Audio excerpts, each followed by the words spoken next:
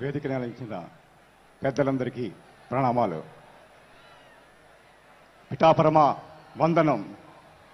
పిఠాపరమ నీకు ప్రణమిల్లుతున్నాం. పరాజయ నేపథ్యంలో మీ ముందుకు వచ్చినప్పుడు ఒక అఖండ విజయాన్నిచ్చి జనసేన పార్టీకి రాష్ట్రంలోనే కాదు మోడీ గారి నేతృత్వంలో ఎన్డీఏ ప్రభుత్వం ఏర్పడడానికి జనసేన పార్టీని ఒక ఆసరాగా నిలబడడానికి మీరు మద్దతు ఇచ్చారు. పిఠాపరమ నిన్ను మరవం. నువ్వు చూపించినటువంటి ప్రేమ కరుణ మేమెన్నటికీ మరవం. మేము అనుకుంటాం మన అధ్యక్షులు పవన్ కళ్యాణ్ గారు పిఠాపురంలో పోటీ చేయటం దైవ సంకల్పమని.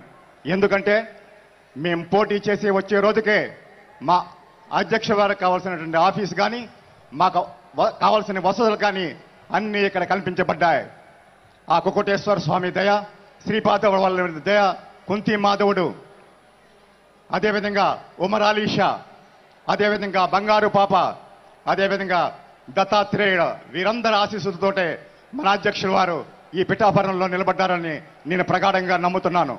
మీరు చూపిన ఈ ప్రేమ ఎన్నటికీ మరువలేం.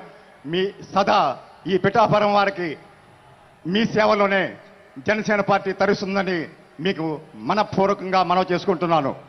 అదేవిధంగా మా ఈ పిఠాపురంలో అభివృద్ధికి సహకరిస్తున్నటువంటి అడ్మినిస్ట్రేషన్కి ప్రణామం.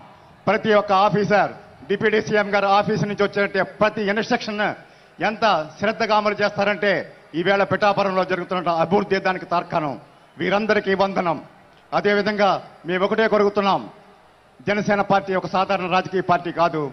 మా అధ్యక్షుడు ఒక సాధారణ రాజకీయ నాయకుడు కాడు. మేము వచ్చింది మార్పు కోసం. మేము కోరుకున్నది వ్యవస్థల మార్పు కోసం, సమాజం మార్పు కోసం. నిజంగా కూడా అధికార యంత్రాంగం కూడా ఒక్క ఆజ్ఞ ఆకమేఘాల మీద కూడా ఇక్కడ కార్యక్రమాలు జరుగుతున్నాయి. మేము కోరుకున్నదంటే మార్పు రావాలి. ప్రభుత్వ ఆఫీసుల్లో సామాన్యుడి గలం వినపడాలి. సామాన్యుడు వచ్చినట్టునే పనులు జరగాలి. అది మా ఆకాంక్ష. మేము కోరుకునే మార్పు. అదేవిధంగా ఒక్క రోజులో వ్యవస్థలు మారవు. మేము నిలబడ్డాం పిఠాపురంలో, తొలిగొడ వేసాం పిఠాపురంలో. అధ్యక్షుడు జనసేన పార్టీ సిద్ధాంతాలు ఏవైతున్నాయో దానికోసం బలంగా నిలబడి ఉన్నాం. మీకు మాటిస్తున్నాం, పిఠాపురం మీ ఆత్మాభిమానాన్ని, మీ గౌరవాన్ని మేమెప్పటికీ కోల్పోం. మేము నిలబడి ఉంటాం. మాట ఇస్తున్నాం పిఠాపురం. మరొక్కసారి పిఠాపురానికి ప్రణమిల్లుతున్నాం. జై హో పిఠాపురం.